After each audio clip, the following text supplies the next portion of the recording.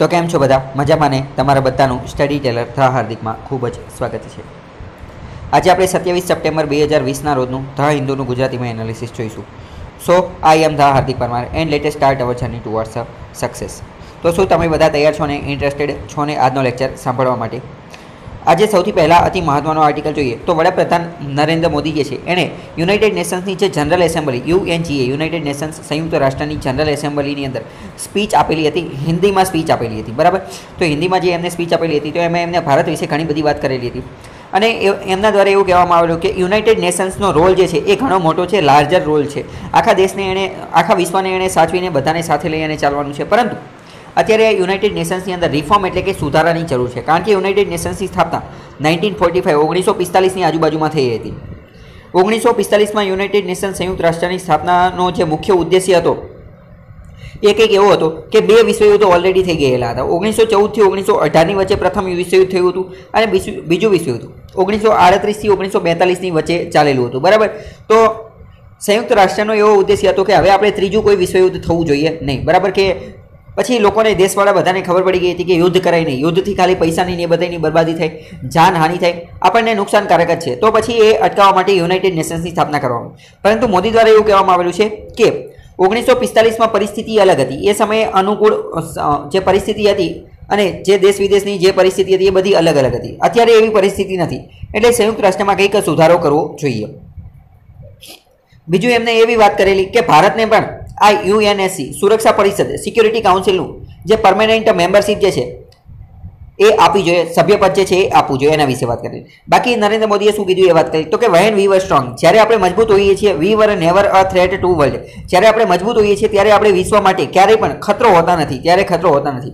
When we were week, ज्यारे आपणे नबळा होईए छीए, we never become burden on the world, परंतु ज्यारे आपणे नबळा होईए छीए त्यारे आपणे विश्व पर बर्डन एटले के एक रीतनो बोझ बनवो जोईए नहीं, आपणे क्यारेय बोझ बनता नथी। Indian troops have participated in about 50 UN peace keeping mission, एटले के भारतना ट्रूप्स एटले के सैनिको जे छे, भारतना घणा बधा सैनिकोना समूहे UN पीस कीपिंग मिशन जे चाली रह्युं छे, एटले के आखा विश्वनी अंदर जेटली पण जग्याए कोई अशांति ने बळवाने युद्ध ने सिविल वॉर ने एवुं कंई पण चालतुं होय तो अहींया शांति जाळववा माटे युनाइटेड नेशन्सना पीस कीपिंग फोर्स जे छे ए वर्क करती छे। तो भारते युनाइटेड नेशन्सना 50 करता पण वधारे पीस कीपिंग फोर्सनी अंदर भारते भाग लीधेलो छे अने एमां मदद करेली छे बधाने। पीस आ युनाइटेड नेशन्सना पीस कीपिंग फोर्स होय एनी अंदर जेटला पण युनाइटेड नेशन्स संयुक्त राष्ट्રના जेटला पण सभ्यो होय ए बधा आ पीस कीपिंगनी अंदर पोताना सैनिको मोकलता होय छे, घणा बधा लोको पोताना सैनिको मोकलता होय छे अने अमुक जे छे अमुक देश ए एनी अंदर पैसा पण आपता होय छे, फंडिंग पण आपता होय छे। भारत मोटे भागे सैनिको मोकले छे, बराबर। तो today every Indian while saying the contribution of India in United Nations aspire for India's expanded role in UN। तो ज्यारे दरेक भारतीय व्यक्ति युनाइटेड नेशन्स सामे जोवे छे तो भारत एनी अंदर भारतनो वधतो रोल देखाय एना विषे कामना करे छे अने के भारतनो रोल सुरक्षा परिषदनी अंदर थाय एवुं आपणे ख्याल आवे छे।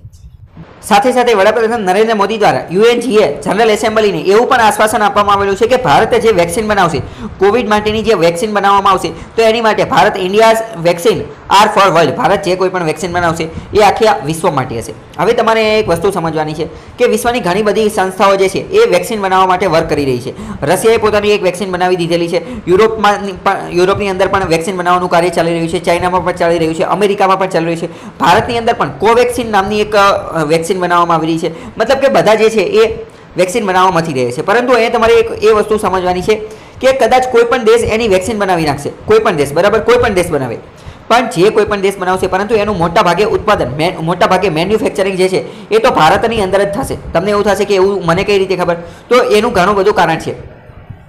अने भारतनी अंदर पण कई जग्याए थशे तो भारतनी अंदर पण एनुं उत्पादन जे छे ए हैदराबादमां थवाना खूब वधारे चांस छे। केम? कारण के जो अहींया तमे जोई शको छो आ द टाइम्स ऑफ इंडिया नी अंदर आ एक आर्टिकल आवेलो तो जेनी अंदर आपवामां आवेलुं हतुं कि why Hyderabad is the world's vaccine capital. Hyderabad जे छे भारतनुं एक शहर तेलंगाणामां आवेलुं छे, तेलंगाणानुं कैपिटल हैदराबाद जे छे ए विश्वનું વેક્સિન કેપિટલ એટલે કે વિશ્વની વેક્સિન જે છે એ કોઈ પણ દેશ શોધશે પરંતુ એનું મોટે ભાગે ઉત્પાદન જે છે એ માત્ર અને માત્ર હૈદરાબાદમાં જ કરવું શક્ય છે। કેમ? કારણ કે પહેલા તો તમે એ સમજો વિશ્વની 60% વેક્સિન, વિશ્વની 60% રસી જે છે એ ભારત બનાવે છે, મોટા ભાગની રસી જે છે એ ભારત બનાવે છે। તમારે એ સમજવાનું છે ફાર્માસ્યુટિકલ ઇન્ડસ્ટ્રીની અંદર એટલે કે દવાઓ બનાવવાના એ બધા ઉદ્યોગોની અંદર ભારત ઘણું બધું આગળ છે। ભારત વિશ્વના ઘણા બધા દેશોને આ બધી વસ્તુ વેચે પણ છે। તમને ખ્યાલ હશે કોવિડની મહામારીમાં આપણે HCQ જે છે એ આખી દુનિયાને આપેલી હતી। HCQ એટલે કે હાઇડ્રોક્સી ક્લોરોક્વિન, એ આપણે બધાને આપેલી હતી। તો મતલબ કે રસી બનાવવામાં, દવા બનાવવામાં એ બધામાં આપણે આગળ છીએ. અને એમાં પણ હૈદરાબાદની અંદર ઘણી બધી જે આવી ફાર્માસ્યુટિકલ ઇન્ડસ્ટ્રીને એ બધું આવેલું છે. સરકારે ઘણી બધી કોશિશ કરેલી છે કે હૈદરાબાદ આ ક્ષેત્રે આગળ આવે. અને તેલંગાણા નવું રાજ્ય બનેલું, તો તેલંગાણાની સરકારે પણ હૈદરાબાદની એવી પરિસ્થિતિ આવેલી છે, અહીંયા એવી પોલિસી બનાવેલી છે કે હૈદરાબાદની અંદર આ દવા ઉદ્યોગ જે છે એ ફલે ફૂલે અને આગળ વધી શકે. બરાબર, એટલે હૈદરાબાદ એક રીતે વર્લ્ડ વેક્સિન કેપિટલ, રસી બનાવવા માટેનું કેપિટલ બની શકે એમ છે. જો અહીંયા ઇન્ડિયા 60% રસી તો ભારતની અંદર જ બને છે. And within India if there is on destination, ભારતની અંદર પણ જો કોઈ ડેસ્ટિનેશન, કોઈ લક્ષ્યાંક હોય તો એ કઈ જગ્યાએ છે? હૈદરાબાદની અંદર બનાવવામાં આવે છે. હૈદરાબાદમાં આ બધી વસ્તુ, એટલે બધી વસ્તુ સરળતાથી મળી શકે. હવે જો હૈદરાબાદની અંદર આ બધું થઈ ગયું, એની પાછળનું એક બીજું કારણ એ પણ છે કે હૈદરાબાદની અંદર બધું રો મટીરિયલ, કાચો માલ, પછી એની માટેના વર્કર્સ, એની માટેનું જે એક રીતની સપ્લાય ચેન જે છે, સપ્લાય ચેન એ જે બની ગઈ છે, એ ક્યાં બની ગઈ છે? એ હૈદરાબાદની અંદર બની ગઈ છે. તો એના કારણે આ બધું બનાવવું એ સરળ છે. બરાબર, તો હૈદરાબાદ એક રીતે વેક્સિન કેપિટલ છે. હવે જો અહીંયા તમે આ પણ સમજી શકો છો કે city can make third of global supply. Bharat દેશ જે છે એક રીતે, ભારતની અંદર હૈદરાબાદની વાત કરીએ તો દર ત્રણમાંથી એક રસી જે છે, એક વેક્સિન એ હૈદરાબાદની અંદર બને છે. 169 થી પણ વધારે covid vaccine candidate currently under development, એ ડેવલપમેન્ટની અંદર છે. તો initially the COVAX is to have 2 billion જેટલા ડોઝ બનાવવામાં આવશે શરૂઆતમાં 2021ના અંત સુધીમાં. કોના? તો કે કોવિડની આ જે રસી છે એના. પછી ધીમે ધીમે એને વધારવામાં આવશે. એટલે હૈદરાબાદ એક રીતે કેપિટલ છે. બીજી વડાપ્રધાને કઈ વાત કરેલી? તો કે UNGA ની અંદર આપણે પીસકીપિંગ ફોર્સની અંદર ઘણું બધું વાત કરીએ છીએ. પછી બીજી એમને એવી વાત કરેલી કે ભારતને યુનાઇટેડ નેશન્સના સિક્યુરિટી કાઉન્સિલ, સુરક્ષા પરિષદથી ભારતને કેટલા સમય સુધી દૂર રાખવામાં આવશે, કેટલા સમય સુધી એ દૂર રાખી શકશે. અત્યારે ભારતનો સૌથી વધારે કોઈ વિરોધ કરતો હોય તો એ ચાઇના છે. ચાઇના પાસે વીટો પાવર છે અને ચાઇના ભારતની એન્ટ્રીને બ્લોક કરે છે. બરાબર, તો ક્યાં સુધી રાખશે એ જોવાની વાત છે. એડિક્યુએટ સપ્લાય ઓફ વેક્સિન, ભારત છે એ પૂરતો સપ્લાય આપશે. કોનો? વેક્સિનનો. હાઇલાઇટેડ ઇન્ડિયાઝ કોન્ટ્રીબ્યુશન, ભારત છે યુનાઇટેડ પીસ કીપિંગ મિશનની અંદર જે કોન્ટ્રીબ્યુશન, યોગદાન આપે છે એના વિશે વાત કરેલી. અને ભારતની નોન એક્સક્લુઝિવ ફોરેન પોલિસી વિશે વાત કરેલી. એટલે કે ભારતની જે ફોરેન પોલિસી, વિદેશ નીતિ જે છે એ મોટે ભાગે કોઈ પણ દેશને હર્ટ કરતી નથી. બરાબર, નાનામાં નાનો દેશ હોય તો એને પણ ધ્યાનમાં રાખીને બનાવવામાં આવે છે. બીજું શું કીધું કે કદાચ અન્ય કોઈ બીજા કોઈ દેશની અંદર 2 કે તેથી વધારે દેશ બાંધતા હોય અથવા આતંકવાદી સંગઠનો યાની ઇન્ટરનલ પોલિટિક્સની અંદર કોઈ પણ પ્રકારનું વસ્તુ ચાલતું હોય તો ભારત ત્યાં કોઈ પણ પ્રકારનું ઇન્ટરફિયરન્સ, એટલે કે દખલ અંદાજી કરતું નથી. ચાઇનાની જેમ અને અમેરિકાની, રશિયાની જેમ ભારત ત્યાં કોઈ પણ પ્રકારની દખલ અંદાજી કરતું નથી. તો આ પણ ભારતે કીધેલું હતું. એમને હિન્દીમાં આખી સ્પીચ જે છે એ આપેલી હતી, પરંતુ આની પહેલા પણ એમને 2-3 વાર હિન્દીમાં સ્પીચ આપેલી છે. એટલે કઈ નવી વસ્તુ છે નહીં. બરાબર, પછી 1945 ની અંદર આ યુનાઇટેડ નેશન્સની સ્થાપના થઈ. તો કે ત્યારે અલગ પ્રોબ્લેમ હતા, પરંતુ અત્યારે આપણે એકદમ ડિફરન્ટ ઇરા, એકદમ અલગ યુગમાં જીવી રહ્યા છે. તો આપણે બદલાવ લાવવો જોઈએ એવું કીધું. યુનાઇટેડ નેશન્સને રિસ્પોન્સ આપને એમને કીધેલું હતું કે ટેરરિઝમ, આતંકવાદ વિશે વાત કરેલી હતી. રેફ્યુજી, એક રીતે જોઈએ તો યુનાઇટેડ નેશન્સ જે છે એ ટેરરિસ્ટ, આતંકવાદી પ્રવૃત્તિઓને અટકાવવામાં નિષ્ફળ રહેલું છે. રેફ્યુજીના જે ક્રાઇસિસ જે છે એ અટકાવવામાં નિષ્ફળ રહ્યું છે. કેમ? કારણ કે તમને ખ્યાલ હશે કે રોહિંગ્યા રેફ્યુજી, બીજા પણ ઘણા બધા રેફ્યુજીના જે ઇસ્યુ જે છે એમાં યુનાઇટેડ નેશન્સથી કાંઈ થયેલું નથી. આ કોવિડની મહામારી પણ વધી ગઈ, તેમ છતાં પણ યુનાઇટેડ નેશન્સે કોઈ ઠોસ કદમ કે પગલાં ભરેલા નહીં. એટલે કે હવે એની અંદર સુધારો, રિફોર્મ લાવવાની જરૂર છે. ગ્લોબલ કમ્યુનિટીને પણ મોદીએ સંદેશ આપેલો છે કે global community India's vaccine production capacity, ભારતની આ વેક્સિન કેપેસિટી માટે જે છે એ આખા વિશ્વને મદદ કરશે. અને આ એક રીતે હેલ્પ ટુ ઓલ હ્યુમિનિટી, એક રીતે ભારત આ જે વેક્સિન પૂરી પાડશે તો માનવતા ભર્યું કાર્ય કરશે. જ્યારે આ વેક્સિન પૂરી પાડવામાં આવશે ત્યારે તો શું કરશે? માનવતા ભર્યું કાર્ય થશે. હવે જો બીજો પ્રશ્ન થાય કે ભારતને આ યુનાઇટેડ નેશન્સની જે પરમેનન્ટ સીટ જે છે સિક્યુરિટી કાઉન્સિલની, સુરક્ષા પરિષદની, એની પરમેનન્ટ સીટ શા માટે આપવી જોઈએ? તો એના કારણ તમને ખબર હોવા જોઈએ. જોકે ઘણા બધા કારણ છે, એમાંના અમુક કહું છું. પહેલા તો ભારતનો ઇતિહાસ જે છે એ પ્રાચીન છે, ગૌરવપૂર્ણ છે. પ્રાઇડ એટલે કે ગૌરવપૂર્ણ, અને ગ્લોરી, પ્રાઇડ ગ્લોરી, આપણે એનો ગૌરવ અનુભવ છે. વિશ્વની સૌથી જૂની સભ્યતા ઇન્ડસ વેલી સિવિલાઇઝેશન, હડપ્પા સભ્યતા ભારતની અંદર જોવા મળે છે. બીજું વાત કરીએ તો ભારતની પાસે મેન પાવર ઘણો બધો વધારે છે. વિશ્વનું બીજા નંબરનું સૌથી વધુ વસ્તી ધરાવતું દેશ છે, સૌથી વધારે યુવાનો ધરાવતો દેશ છે. બરાબર, એટલે કે ઇન્ટેલેક્ચ્યુઅલ પ્રોપર્ટીની વાત કરીએ તો પણ ભારત દેશ પાસે સારા એવા મગજ છે, સારા એવા બ્રેઇન છે, મેન પાવર પણ ઘણો બધો છે. પછી વાત કરીએ તો ભારતનો એક રીતે હેલ્પિંગ નેચર છે. બધા દેશની મદદ કરવામાં આપણે હંમેશા આગળ હોઈએ છીએ. જેમ કે ઉદાહરણ સ્વરૂપે જોઈએ HCQ, હાઇડ્રોક્સીક્લોરોક્વિનીન, આપણે કોવિડની મહામારીમાં દીધેલી હતી. પછી યુનાઇટેડ નેશન્સની પીસ કીપિંગ ફોર્સની અંદર આપણે ઘણું સારું એવું કોન્ટ્રીબ્યુશન, યોગદાન આપેલું છે. પછી આપણે તો વ્યવસ્થિત ઘણા બધા ઇતિહાસથી આપણે એવું માનતા આવી રહ્યા છીએ. શું? તો કે વસુધૈવ કુટુંબકમ એટલે કે આપણે આખા વિશ્વને આખી દુનિયાને એક કુટુંબ તરીકે કન્સિડર કરીએ છીએ. તો આવી ભારતની સંસ્કૃતિ એના વિશે ટકેલી છે. પછી ભારત ફોરેનની અંદર, વિદેશના કોઈ પણ દેશની અંદર નોન પોલિટિકલ, આપણે કોઈ પણ એવો ઇન્ટરફિયરન્સ એટલે કે દખલ અંદાજી કરતા નથી. એની જે ત્યાં શું ચાલી રહ્યું છે એમાં આપણે દખલ અંદાજી કરતા નથી. તો આ અમુક એવા કારણો છે કે આને કન્સિડરમાં રાખી અને ભારતને યુનાઇટેડ નેશન્સનું સિક્યુરિટી કાઉન્સિલનું પરમેનન્ટ મેમ્બરશિપ આપવી જોઈએ. બીજા પણ ઘણા બધા કારણો છે, તમે તમારી જાતે વિચારી અને કહી શકો છો. જો તમને કોઈ આવું કારણ બીજું આવતું હોય તો તમે કમેન્ટ બોક્સની અંદર લખી શકો છો કે આ કારણથી પણ આપવું જોઈએ. બરાબર, બાકી આટલા કારણ તમે યાદ રાખજો. Countries enhancing their cold chain and હવે જો ભારત જે છે એ આની સાથે વેક્સિન બનાવવા માટે કોલ્ડ ચેઇન જે છે, કોલ્ડ ચેઇન અને સ્ટોરેજ ને આ બધી વસ્તુ જે છે અને વેક્સિનની ડિલિવરી ને બધું ફટાફટ થઈ શકે તો એની માટે પણ ભારત કોશિશ કરશે. સ્ટોરેજની ને એ બધી કેપેસિટી પણ એનું ઇન્ફ્રાસ્ટ્રક્ચર ને એ બધું પણ બનાવશે. ભારતનું જે કોન્ટ્રીબ્યુશન જે છે, યોગદાન જે છે એના વિશે વાત કરેલી હતી અને આપણે ધીમે ધીમે આ ભારતનો રોલ જે છે એ એક્સપાન્ડ થશે એવી વાત કરેલી હતી. બાકી બીજી વાત કરીએ તો વસુધૈવ કુટુંબકમ વિશે વડાપ્રધાન મોદીએ પણ કીધેલું હતું કે આખું વિશ્વ એક રીતે ફેમિલી છે, એક કુટુંબ છે. 50 કરતાં વધારે યુનાઇટેડ નેશન્સની પીસ કીપિંગમાં આપણે ભાગ લીધેલો છે. બીજું વડાપ્રધાન મોદી દ્વારા શેની વાત કરવામાં આવેલી હતી તો કે ભારતની અમુક પોલિસી છે નેબરહુડ ફર્સ્ટ એટલે કે પાડોશી પહેલા. આપણે સૌથી પહેલા મદદ કોની કરીશું? પાડોશી પહેલા. અને આમે તે ગુજરાતીમાં કહેવત છે તે તમને ખ્યાલ હશે કે પહેલો સગો પાડોશી. તો આપણે એવી પોલિસી બનાવેલી છે નેબરહુડ ફર્સ્ટ. પછી એક્ટ ઈસ્ટ પોલિસી પણ આપણે બનાવેલી છે, એના વિશે પણ વડાપ્રધાન મોદીએ કીધેલું હતું કે અમે આ પાડોશીઓની કઈ રીતે મદદ કરીએ છીએ. પછી ભારતનો વ્યૂ, ભારતનો જે ઉદ્દેશ્ય છે ઇન્ડો પેસિફિક રિજિયનની અંદર શાંતિ જળવાઈ રહે, સ્ટેબિલિટી જળવાઈ રહે, એના વિશે પણ વાત કરવામાં આવેલી હતી. પછી વડાપ્રધાન મોદી દ્વારા ભારતને આ જેટલા પણ વિશ્વના બીજા દેશો જે છે એમનો આભાર માનવામાં આવ્યો હતો, એમને થેન્ક યુ કીધેલું હતું. કેમ? કારણ કે તમને ખ્યાલ હશે કે યુએનએસસી ની અંદર ટોટલ 15 સભ્ય આવે. કેટલા? 15 સભ્ય. આ 15 સભ્યની અંદર 5 જે છે એ પરમેનન્ટ મેમ્બર હોય અને 10 જે છે એ નોન પરમેનન્ટ મેમ્બર હોય. એટલે કે 5 જે છે એ સ્થાયી હોય અને 10 જે છે એ અસ્થાયી હોય. તો જે 10 અસ્થાયી હોય નોન પરમેનન્ટ એની ચૂંટણી કરવામાં આવે, એની ઇલેક્શન કરવામાં આવે. તો અત્યારે 2021નું આ વર્ષ જે છે 2021-22નું વર્ષ, એમાં ભારતનું નામાંકિત થયેલું છે, ભારતની ચૂંટણી થઈ ગયેલી છે. હકીકતમાં ભારતને આ સીટ નથી મળવાની, અફઘાનિસ્તાનને આ સીટ મળવાની હતી. પરંતુ તમને ખ્યાલ હશે 2022ની અંદર ભારતને આઝાદીના 75 વર્ષ પૂરા થાય છે. એટલે ભારતે અફઘાનિસ્તાનને રિક્વેસ્ટ કરી કે તમે આ સીટ જે છે અમને આપી દો અને અફઘાનિસ્તાન માની ગયું. મતલબ કે ભારત આ યુએનએસસીની જે નોન પરમેનન્ટ સીટ જે છે એમાં ચૂંટાઈ ગયું છે, એમાં ભારતનો નંબર લાગી ગયો છે. બરાબર, તો એના કારણે ભારતને જેટલાય વોટ આપેલો હતો એ બધાનો નરેન્દ્ર મોદીએ આભાર માનેલો હતો. Record in area such financial inclusion. પછી બીજી એવી પણ વાત કરેલી હતી કે ફાઇનાન્શિયલ ઇન્ક્લુઝનમાં હેલ્થ કેરની અંદર ટાર્ગેટ ટુ ઇરેડિકેટ. ભારતે ફાઇનાન્શિયલ ઇન્ક્લુઝન માટે ઘણી બધી યોજનાને પોલિસીને એ બધું લાવેલું છે. જેમ કે યુપીઆઈનો જનક બનેલો છે, યુપીઆઈની ટેકનોલોજી બનાવેલી છે. પછી હેલ્થ કેર, હેલ્થ ઇન્ફ્રાસ્ટ્રક્ચર બધું સારું બનાવવાની કોશિશ કરેલી છે. અને ભારતે સ્વાસ્થ્ય સંબંધિત ટીબી જે છે, ટીબી એટલે કે ટ્યુબરક્યુલોસિસને એને 2025 સુધીમાં ઇરેડિકેટ એટલે કે ધરમૂળથી નાશ કરવાનો ભારતમાં એક પણ ટીબીનો પેશન્ટ ન હોવો જોઈએ 2025 સુધીમાં, એવો ભારતે ઉદ્દેશ્ય રાખેલો છે. જો વિશ્વ લેવલે જોઈએ તો યુનાઇટેડ નેશન્સે આ ટાર્ગેટ રાખેલો છે 2030 સુધીમાં કે 2030 સુધીમાં ટીબીને નાબૂદ કરી દેવાનું છે. ભારતે 2030ના 5 વર્ષ પહેલા એટલે 2025 સુધી એવો ટાર્ગેટ રાખેલો છે કે ટીબીને નાબૂદ કરી દેવાનું. તો આ બધી વાત કરવામાં આવેલી હતી. પછી એ પણ મેન્શન કરેલું હતું કે ભારત જે મેટર્નિટી લીવ આપે છે, પેઇડ મેટર્નિટી લીવ, કે જે પ્રેગ્નન્ટ મહિલા હોય એને 26 અઠવાડિયાની પેઇડ મેટર્નિટી લીવ આવે છે. એટલે કે જ્યારે એ પ્રેગ્નન્ટ હોય ત્યારે એમને વેકેશન આપવામાં આવે છે 26 અઠવાડિયાનું અને એનો પગાર કપાતો નથી, એનો પગાર આપવામાં આવે છે. તો આવી રીતે એક રીતે આપણે વિમન એમ્પાવરમેન્ટ, મહિલા સશક્તિકરણ માટે પણ કાર્ય કરી રહ્યા છીએ.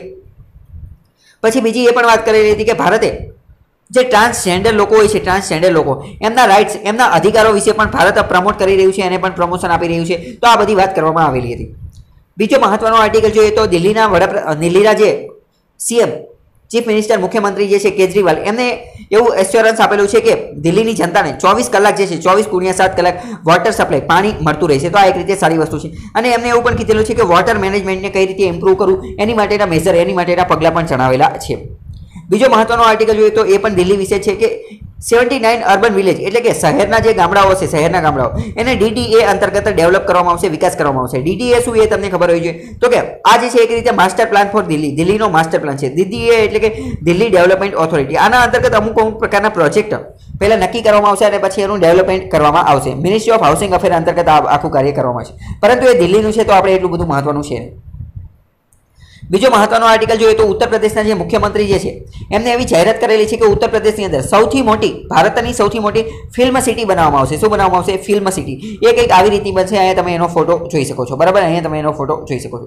એને જાહેરાત કરી છે. બ્યુટીફુલ ફિલ્મ સિટી કઈ જગ્યાએ બનાવવામાં આવશે? યુપીની અંદર ગૌતમ બુદ્ધ નગરમાં બનાવવામાં આવશે. તો આના જે મિશ્ર પ્રતિસાદ જોવા મળેલો છે. અમુક એમ કહે છે કે હા ખૂબ સારી વસ્તુ છે, આ પોઝિટિવ ડેવલપમેન્ટ છે. અમુક એમ કહે છે કે ના ના આ કઈ સારી વસ્તુ નથી, આનાથી ઘણું નુકસાન થશે.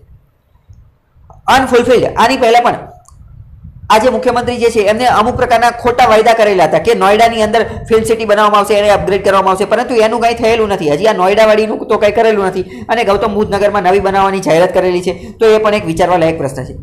Government film policy. ભારતે 2018ની અંદર કેન્દ્ર સરકારે ગવર્મેન્ટ ફિલ્મ પોલિસી બનાવેલી હતી, જેના અંતર્ગત નક્કી કરેલું હતું પ્રમોટ કરવામાં આવશે કે ફિલ્મ ઇન્ડસ્ટ્રી બનાવવા માટે અથવા તો આ બનાવવા માટે ફિલ્મ રિલેટેડ બનાવવા માટે જમીન આપવામાં આવશે અને એનું ઇન્ફ્રાસ્ટ્રક્ચર બિલ્ડ કરવા માટે સરકાર જે છે એ મદદ કરશે ફિલ્મ સિટી બનાવવા માટે. Existing film city in sector નોઈડાની અંદર બનાવવામાં આવશે. નોઈડાની અંદર ગૌતમ બુદ્ધ નગરમાં 16A નંબરની જગ્યાએ. Could not fulfil purpose. એનો ઉદ્દેશ્ય જે છે એ ફુલફિલ કરશે. ક્રિએટેડ 1988માં જે છે આ એક ફિલ્મ સિટી બનાવવામાં આવી હતી. કોણે? ત્યારે ત્યાંના મુખ્યમંત્રી હતા બહાદુર સિંહ, પરંતુ એને પોતાનો ઉદ્દેશ્ય પૂરો કરવામાં અસફળ રહેલી હતી. બરાબર, તો એ અસફળ રહેલી હતી. તો આ નવી બનાવવાથી કંઈ ફાયદો થશે કે નહીં એ પણ એક મહત્વની વસ્તુ છે.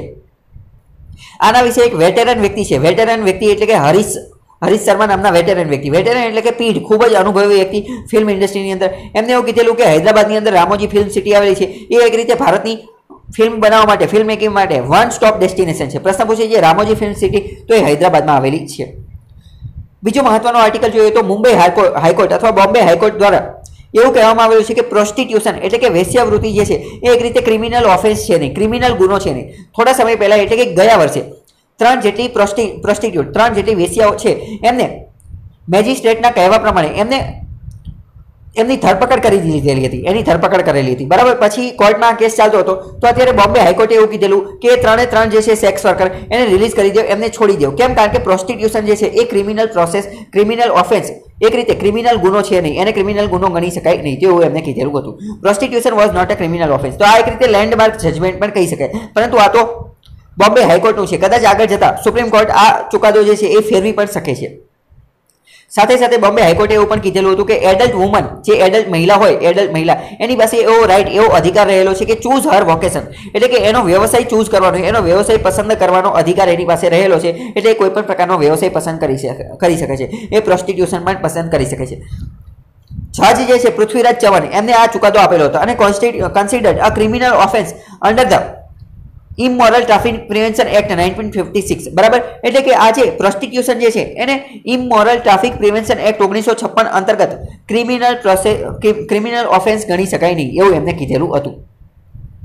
ફ્રી ટુ ચૂઝ વોકેશન, આના વિશે પણ વાત કરેલી હતી કે કોઈ પણ પ્રકારનો ઉદ્દેશ્ય જે છે, કોઈ પણ પ્રકારનો વ્યવસાય એ વેપાર ચૂઝ કરી શકે છે. ફંડામેન્ટલ રાઇટ, એમની પાસે, મહિલાઓ પાસે પણ એક રીતનો મૂળભૂત અધિકાર છે કે move freely and choose there vocational, કોઈ પણ જગ્યાએ મૂળભૂત રીતે મુક્ત રીતે હરવા ફરવાનો પણ અધિકાર છે. તો અહીંયા જો આ મુદ્દો ખૂબ ચર્ચામાં છે, ઘણા બધા આર્ટિકલ એના વિશે ચર્ચા કરી રહ્યા છે કે prostitution is not a criminal offence.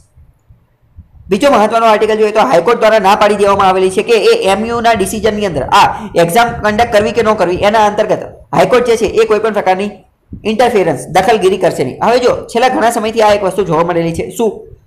તો કે ગુજરાતની અંદર પણ જો ફી વધારાનો મામલો હતો તો ગુજરાત સરકારે એનો નિર્ણય લેવાનો હતો કે ફી વધારવી કે ન વધારવી.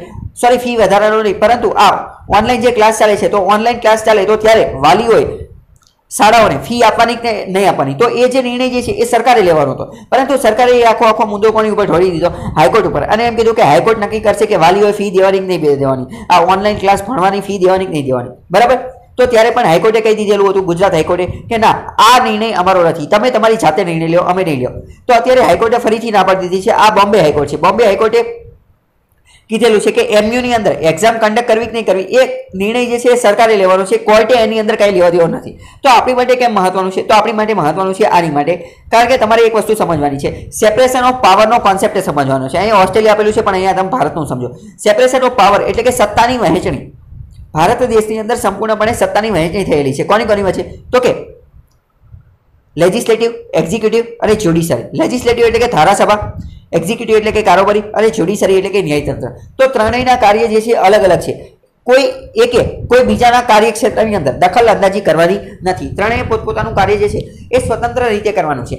તો હવે જો જ્યુડિશરી એટલે કે ન્યાયતંત્ર આ બધા પ્રકારના નિર્ણયો લેવા મળશે કે ફી વધારો કે ન વધારો, ફી આપો કે ન આપો, એક્ઝામ કન્ડક્ટ કરો કે ન કરો. તો આ બધું કાર્ય જો જ્યુડિશરી લેવા મળશે તો પછી સરકાર શું કરશે? તો પછી એક્ઝિક્યુટિવ અને લેજિસ્લેટિવ જે છે એ શું કરશે? કારણ કે જ્યુડિશરી ન્યાયતંત્રનું કાર્ય શું છે? એનું કાર્ય માત્ર એટલું છે કે જે કોઈ પણ કાયદા બને એ કાયદો વ્યવસ્થિત છે કે નહીં, ન્યાયોચિત છે કે નહીં, ન્યાયને ઉચિત છે કે નહીં, બંધારણને અનુરૂપ છે કે નહીં, એ ચેક કરવાનું કાર્ય એમનું છે. નવા કાયદા બનાવવાનું કાર્ય એમનું છે નહીં. બરાબર? તો આ તમારે યાદ રાખવાનું છે. પાવર ઓફ સેપરેશન એનો કોન્સેપ્ટ ભારતની અંદર છે.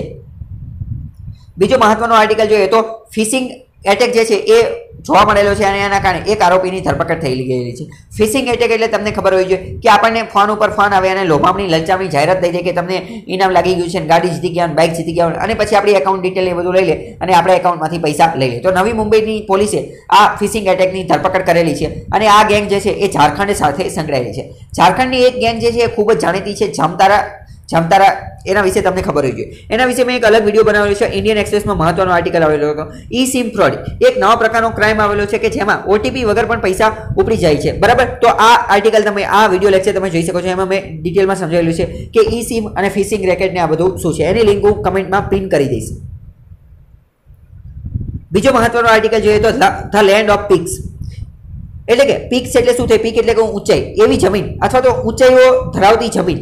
સ્ટ્રીમ એન્ડ ડિસ્પ્યુટ્સ પહેલા તો આ ગિલગિટ બાલ્ટિસ્તાનની વાત કરે છે. હું તમને અત્યારે જ કહી દઉં. એટલે કે આ ગિલગિટ બાલ્ટિસ્તાન જે છે ધ લેન્ડ ઓફ પીક્સ એટલે કે ઊંચાઈઓની એક જમીન છે. સ્ટ્રીમ્સ એન્ડ ડિસ્પ્યુટ અને એક રીતે વિવાદોની પણ જમીન છે. કેમ? કારણ કે ગિલગિટ બાલ્ટિસ્તાન જે છે ભારત એને કહે છે પીઓકે. ભારત એને શું કહે છે? પીઓકે એટલે કે પાકિસ્તાન ઓક્યુપાઈડ કાશ્મીર. કાશ્મીરનો એ ભાગ કે જે પાકિસ્તાને બૂચ મારી દીધો છે. પાકિસ્તાન જે છે એ પીઓકે ને તે શું કહે છે? ગિલગિટ બાલ્ટિસ્તાન કહે છે. શું કહે છે? ગિલગિટ બાલ્ટિસ્તાન. અને ગિલગિટ બાલ્ટિસ્તાનનું એક બીજું પણ નામ છે નોર્ધન એરિયા એટલે કે ઉત્તર તરફનો વિસ્તાર. એક રીતે જોઈએ તો ભારતની ઉત્તર તરફ વિસ્તાર છે એટલે એને એ પણ કહેવામાં આવે છે. એને નોર્ધન એરિયા શા માટે કહેવામાં આવે છે? કારણ કે ગિલગિટ બાલ્ટિસ્તાન અથવા તો પીઓકે એ પહેલા જે જમ્મુ કાશ્મીરની અંદર ડોગરા વંશના રાજા હતા, અને એ રાજા થઈ હતા. તો એ ડોગરા વંશના જે રાજા હતા એમનું રાજ્ય હતું, એનો ભાગ હતું. કોણ? એનો ભાગ હતું ગિલગિટ બાલ્ટિસ્તાન. અને ગિલગિટ બાલ્ટિસ્તાન એમના રાજ્યની અંદર ઉત્તર તરફ આવેલું હતું એટલે એને નોર્ધન પણ કહેવામાં આવે છે. બરાબર? તો આ બધા એક જ વસ્તુના અલગ અલગ નામ છે. ફરીથી અહીંયા જોઈ લઈએ. આ જમ્મુ કાશ્મીર છે, આ લદ્દાખ છે, બંને યુટી છે અને આ આખું જે છે એ પીઓકે છે. ભારત એને પીઓકે કહે છે પરંતુ પાકિસ્તાન એને ગિલગિટ બાલ્ટિસ્તાન કહે છે. એક જ વસ્તુના અલગ અલગ નામ છે, તમને ખબર હોવી જોઈએ. બરાબર? આ જે એરિયા જે છે ગિલગિટ બાલ્ટિસ્તાનનો એ પાકિસ્તાન દ્વારા ચાઇનાને આપી દેવામાં આવેલો છે. આ જે છે એ એલએસી છે અને આ એલઓસી છે. આ તમને ખબર હોવી જોઈએ. આ જે છે લાઇન ઓફ કંટ્રોલ અને આ એલએસી એટલે કે લાઇન ઓફ એકચ્યુઅલ કંટ્રોલ. આટલી તમને ખબર હોવી જોઈએ. આ જે છે આ અક્ષય ચીન પણ છે. અક્ષય ચીન જે છે એ ચાઇનાએ બૂચ મારી દીધેલું છે. અહીંયા તમે ગિલગિટ બાલ્ટિસ્તાનના ખૂબ જ સુંદર અને ઊંચાઈવાળા પહાડો પણ જોઈ શકો છો આ ફોટાની અંદર, ચિત્રની અંદર. એના વિશે હવે થોડી વાત કરીએ તો પાકિસ્તાન ઇઝ મૂવિંગ. આ મુદ્દો અત્યારે ચર્ચામાં શા માટે છે? કારણ કે પાકિસ્તાન દ્વારા એવી જાહેરાત કરવામાં કે એ ગિલગિટ બાલ્ટિસ્તાનને 5મા નંબરનો પ્રાંત, 5મા નંબરનો પ્રોવિન્સ જાહેર કરશે. મૂવિંગ ટુ ગ્રાન્ટ ફૂલ સ્ટેટહુડ અને ગિલગિટ બાલ્ટિસ્તાનને એક રીતે ફૂલ સ્ટેટહુડ, ફૂલ રાજ્યનો પણ દરજ્જો આપશે. જો એને નોર્ધન મોસ્ટ પણ કહેવામાં આવે છે. બરાબર? નોર્ધન મોસ્ટ એ પણ એક એનું અલગ નામ છે. અર્સ્ટવાઇલ એટલે કે પહેલા એ પ્રિન્સલી સ્ટેટ, જમ્મુ કાશ્મીરનું જે પ્રિન્સલી સ્ટેટ એટલે કે જે રજવાડું હતું એનો જ એક ભાગ હતું. કોણ? તો કે ગિલગિટ બાલ્ટિસ્તાન. વિધાનવાળા વાક્યમાં આવું પૂછાતું હોય છે. એવું વિધાન દઈ દે કે ગિલગિટ બાલ્ટિસ્તાન જે છે એ જે પ્રિન્સલી સ્ટેટ જમ્મુ કાશ્મીર હતું એનો ભાગ ન હતું તો વાત ખોટી પડી છે. કેમ? કારણ કે એનો ભાગ હતું. ભારત અને પાકિસ્તાન વચ્ચે ઓક્ટોબર 1947ની અંદર તે યુદ્ધ થઈ ગયેલું હતું. બરાબર? કારણ કે હજી ભારત આઝાદ થયું. ભારત અને પાકિસ્તાન બંને આઝાદ થયા. ઓગસ્ટમાં આઝાદ થયેલા હતા. 15 ઓગસ્ટ. ભારત 15 ઓગસ્ટે, પાકિસ્તાન 14 ઓગસ્ટે. બરાબર? તો એના એક મહિના પછી તે ઓગસ્ટ, સપ્ટેમ્બર અને ઓક્ટોબર એટલે કે 2 મહિના પછી તે પાકિસ્તાને અહીંયા આક્રમણ કરી દીધું હતું જમ્મુ કાશ્મીરની અંદર. અને એ સમય દરમિયાન 78,000 સ્ક્વેર કિલોમીટર જેટલો એરિયા જે છે એ કેપ્ચર કરી લીધો હતો. એ બૂચ મારી દીધેલો હતો, જેને નોર્ધન એરિયા પણ કહેવામાં આવે છે. એ એક રીતે ગિલગિટ બાલ્ટિસ્તાન જ છે. એનું એડમિનિસ્ટ્રેટિવ પર્પઝથી એનું નામ એ રાખવામાં આવેલું છે. તો પાકિસ્તાન એને 5મું સ્ટેટ અથવા 5મું રાજ્ય અથવા 5મું પ્રોવિન્સ બનાવવાની કોશિશ કરી રહી છે. અત્યારે પાકિસ્તાનમાં 4 પ્રોવિન્સ છે. કયા કયા? એક તો સિંધ, એક તો પંજાબ, એક તો બલુચિસ્તાન અને એક તો ખૈબર પખ્તુનવા. બરાબર? સિંધ, પંજાબ, બલુચિસ્તાન અને ખૈબર પખ્તુનવા. અહીંયા તમારે એટલી વસ્તુ યાદ રાખવાની છે કે પંજાબ જે છે એ ભારતની અંદર જે પંજાબ રહ્યું એની જેવું જ પંજાબ અહીંયા પણ છે. પાકિસ્તાનનું પણ પંજાબ છે. બરાબર? અને બંને જે છે બંને સરહદ ધરાવે છે. બંનેની બોર્ડર એકબીજા સાથે લાગુ પડે છે. ભારતનું પંજાબ જ્યાં પૂરું થાય, બરાબર છે, અમૃતસરી જે વાઘા બોર્ડર જે છે એની પાછળ એ જે છે અહીંયાથી જે પાકિસ્તાન ચાલુ થાય એ પાકિસ્તાનનું પંજાબ છે. અને તમને ખ્યાલ હશે બંનેની વચ્ચે આપણે ગુરુ ડેરા બાબા નાનક નામનો જે રસ્તો જે છે એ પણ બનાવેલો હતો, જેના અંતર્ગત પાકિસ્તાનનું ગુરુદ્વારા અને ભારતનું ગુરુદ્વારા જે છે એ બંનેને કનેક્ટ કરવામાં આવેલો હતો, ગુરુ ડેરા બાબા નાનક. એ પણ તમને ખબર હોવી જોઈએ. અહીંયા બલુચિસ્તાન વિશે તમે એ યાદ રાખો કે બલુચિસ્તાનના લોકો જે છે એ એક રીતે પાકિસ્તાનનો વિરોધ કરે છે. એ એક અલગ નવો દેશ બનાવવા માંગે છે. બલોચ લિબરેશન આર્મી વિશે તમને ખબર હોય છે, બલોચ લિબરેશન આર્મી, એના વિશે મેં એક અલગ વિડીયો બનાવેલો છે, એ પણ તમે જોઈ શકો છો. તો બલુચિસ્તાનના જે બલોચ લિબરેશન આર્મી જે છે આનો વિરોધ કરી રહી છે અને એમનું એવું માનવાનું થાય છે કે અમારે એક નવો દેશ જોઈએ છે. અને ચાઇનાનો પણ વિરોધ કરી રહી છે. આજે સીપેક ચાઇના પાકિસ્તાન ઇકોનોમિક કોરિડોર એનો પણ વિરોધ કરી રહી છે. ચાઇના ઘણા બધા ઇન્વેસ્ટમેન્ટના પ્રોજેક્ટ ને બધું કરે તો એનો વિરોધ કરી રહી છે. બલોચિસ્તાનની અંદર નેચરલ રિસોર્સિસ ને એ બધું વધારે જોવા મળે છે, એ તમને ખબર હોવી જોઈએ. પાકિસ્તાન ગેવ હવે તો પાકિસ્તાન દ્વારા જે 5180 સ્ક્વેર કિલોમીટરનો રિજિયન પ્રદેશ જે છે એ ચાઇનાને આપી દીધેલો છે. કયો એ મેં તમને અત્યારે જ કીધેલું. અહીંયા તમે જોઈ શકો છો. એક મિનિટ. આ જે વિસ્તાર જે છે આ વિસ્તાર એ 5000 સ્ક્વેર કિલોમીટરની આજુબાજુનો છે, એ પાકિસ્તાને ચાઇનાને આપી દીધેલો છે. ઘણા બધા લોકોએ ત્યારે એનો વિરોધ પ્રોટેસ્ટ કરેલો હતો, તેમ છતાં પણ પાકિસ્તાને એને આપી દીધો. પ્રાઇમ મિનિસ્ટર ઝુલ્ફિકાર અલી ભુટ્ટો જે છે એણે આનું નામ જે છે એ ચેન્જ કરીને શું કરી નાખેલું હતું તો કે ફેડરલી એડમિનિસ્ટ્રેડ નોર્થન એરિયાસ, ફાના એનું નામ કરી નાખેલું હતું, ફેડરલી એડમિનિસ્ટ્રેડ નોર્થન એરિયાસ. એના વિશે તમને ખબર હોય છે. Sense of alienation. હવે જો અહીંયા શું થયેલું હતું કે 1947ની અંદર આ જે રીઝન પાકિસ્તાને એની ઉપર હુમલો કરેલો હતો એનું કારણ શું હતું? રિબિલ કરેલું હતું અથવા તો બળવો બંધ પોકારેલું હતું. એની પાછળનું કારણ હતું કે સેન્સ ઓફ એલિયનાઇઝેશન. હવે અહીંયા તમારે એ વસ્તુ સમજવાની છે કે જમ્મુ કાશ્મીરની અંદર ડોગરા વંશનું શાસન હતું. પરંતુ તો જે ડોગરા વંશ જે છે એ હિન્દુ હતો, પરંતુ જમ્મુ કાશ્મીરની મોટાભાગની જનતા જે છે એ મુસ્લિમ હતી. બરાબર, એ કેવી હતી? મુસ્લિમ હતી. અને આ જે રાજા જે છે રાજા એ મોટે ભાગે પોપ્યુલેશન એટલે કે અહીંયાની જે જનતા જે છે એના વિરુદ્ધ એની સામે એટલું બધું કોઈ કાર્ય કરેલું હતું, એના પ્રત્યે કોઈ લાગણી કે એવું કંઈ હતું નહીં. બરાબર. અને ખાસ કરીને તો કાશ્મીરના છેલ્લા રાજા જે હરિસિંહ, બરાબર, એમને કંઈ એટલું બધું કાર્યક્ષેત્ર ને એવું કંઈ હોતું નથી. એના કારણે તો આખો મુદ્દો હજી સુધી સળગતો રહે છે. જનતા પ્રત્યે એવું કંઈ એવી જવાબદારી કે એવું કોઈ લેતા નતા. એટલે જનતા જે છે એ એક રીતે આ જે રાજા જે છે એને એલિયન માનતી હોય છે. કે શું માનતી હતી? એલિયન, કે આ આપણી માટે કંઈ કામ કરશે નહીં, ઓલું નહીં કરે, પેલું નહીં કરે. એટલે 1947માં આ રિબેલ એટલે કે બળવો થયેલો હતો. એલિયનાઇઝેશન એટલે જો જુદાઈ કે એવી બધી વસ્તુ આપણને દૂર માને એ. રિજિયન જે છે આ પ્રદેશ કયો પ્રદેશ છે કે ગિલગિટ બાલ્ટિસ્તાન. એ અહીંયા હાઈ એલ્ટિટ્યુડ ખૂબ વધારે ઊંચાઈ ઉપર આવેલા ડેમ માટે પણ જાણીતો છે. અહીંયા ઊંચાઈ ઉપર ઘણા બધા ડેમ આવેલા છે. પર્વતો માટે જાણેલો છે, સ્ટ્રીમ ઝરણાઓ માટે જાણીતો છે, નદીઓ માટે જાણીતો છે. આ બધી વસ્તુ માટે એ જાણીતો છે.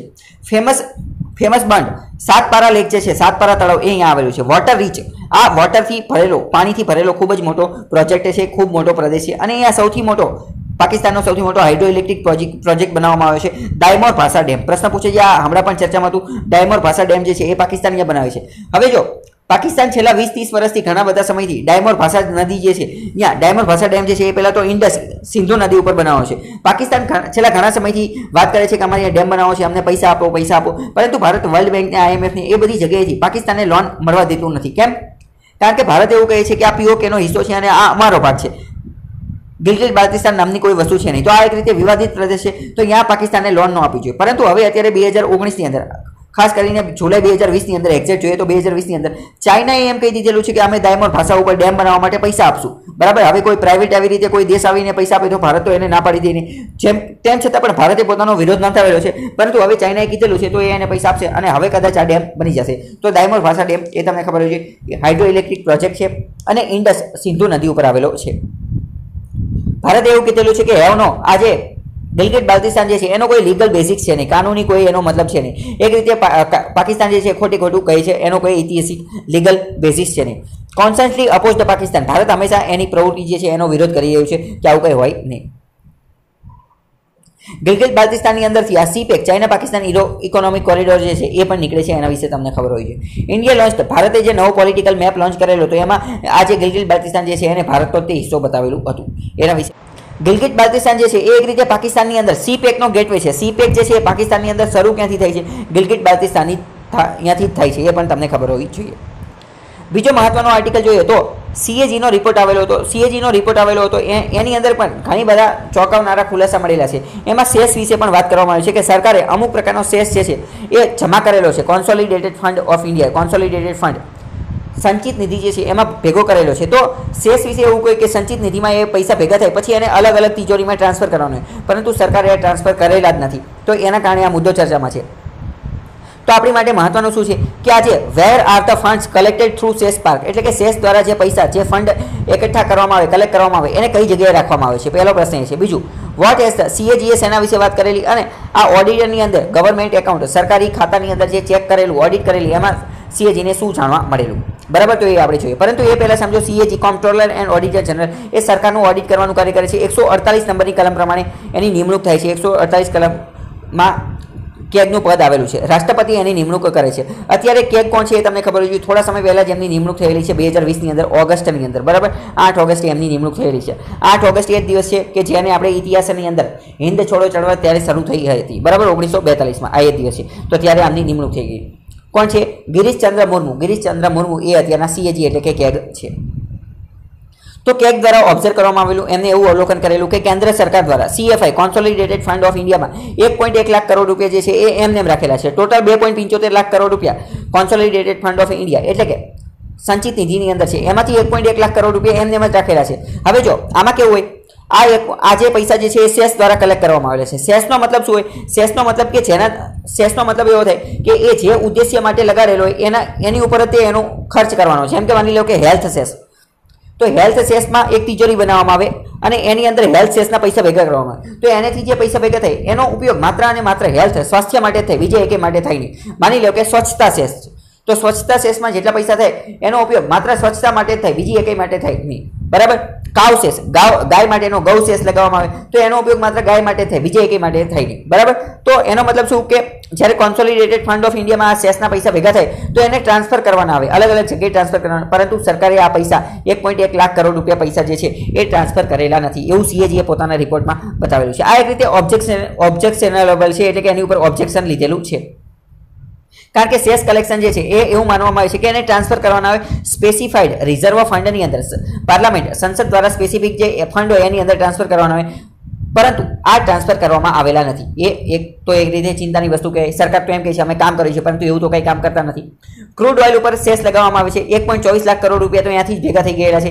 એને પણ જે ડેઝિગ્નેટેડ રિઝર્વ ફંડ છે એની અંદર ટ્રાન્સફર કરવામાં આવેલા નથી. ક્રૂડ ઓઇલ ઉપર જે સેસ લગાવેલો હોય એ 1.24 લાખ કરોડ રૂપિયા એ પણ ટ્રાન્સફર કરેલા નથી. ઓઇલ ઇન્ડસ્ટ્રી ડેવલપમેન્ટ, આજે ક્રૂડ ઓઇલ ઉપર જે સેસ લગાવવામાં આવે એનો ઉપયોગ ક્યાં કરવામાં આવે છે? એનો ઉપયોગ કરવામાં આવે છે ઓઇલ ઇન્ડસ્ટ્રી, ઓઇલના ઉદ્યોગો હોય એના ડેવલપમેન્ટ માટે એનો ઉપયોગ કરવામાં આવે છે, પરંતુ એમાં એને ટ્રાન્સફર કરવામાં આવેલો નથી. પછી GST કોમ્પેન્સેશન ફંડ કે જેના અંતર્ગત રાજ્યને જે GSTનું નુકસાન થયેલું હોય એના કારણે એ નુકસાન ભરપાઈ કરવા માટે એને વળતર આપવા માટે કેન્દ્ર સરકાર આ સેસ લગાવે છે. તો GST કોમ્પેન્સેશન ફંડ જે છે એની અંદર પણ સરકારે પૈસા નાખેલા નથી, આ સેસના પૈસા એમાં પણ ટ્રાન્સફર કરેલા નથી.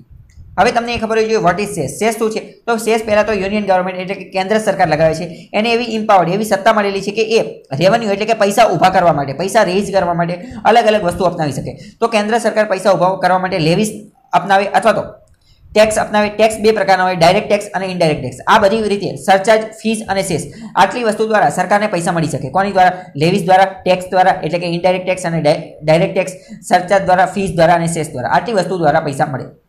સરચાર્જ અને સેસનો મતલબ તમે સમજો. સરચાર્જનો મતલબ શું થાય કે જેટલો ટેક્સ હોય એ ટેક્સની ઉપર બીજો ટેક્સ, ટેક્સની ઉપર બીજો ટેક્સ.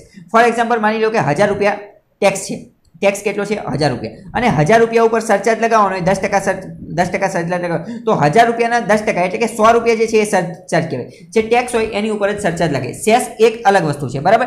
સરચાર્જનો મતલબ ટેક્સ ઓન ટેક્સ, અને સેસ અલગ વસ્તુ છે જે સ્પેશિયલ પર્પસ માટે કોઈ ચોક્કસ ઉદ્દેશ્ય માટે લગાવેલો હોય અને એ તે કાર્ય માટે તે વપરાય છે.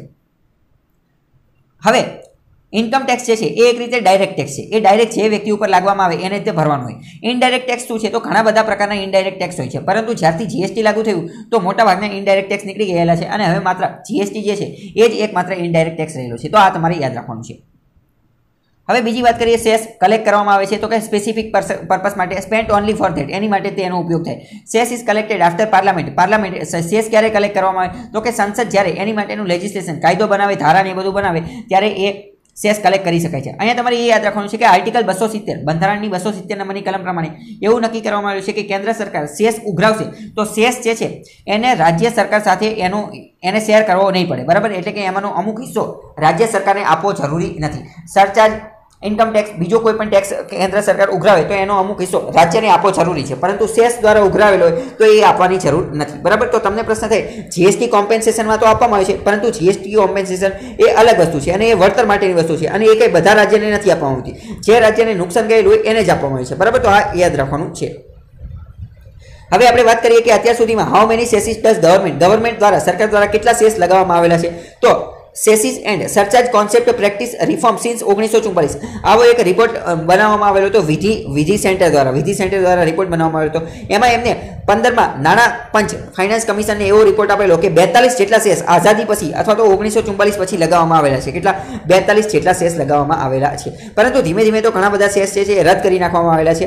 અને પહેલા તો 1944 થી સૌ પ્રથમ સેસ કયો હતો? સૌ પ્રથમ સેસ જે છે એ મેચ માટેનો હતો.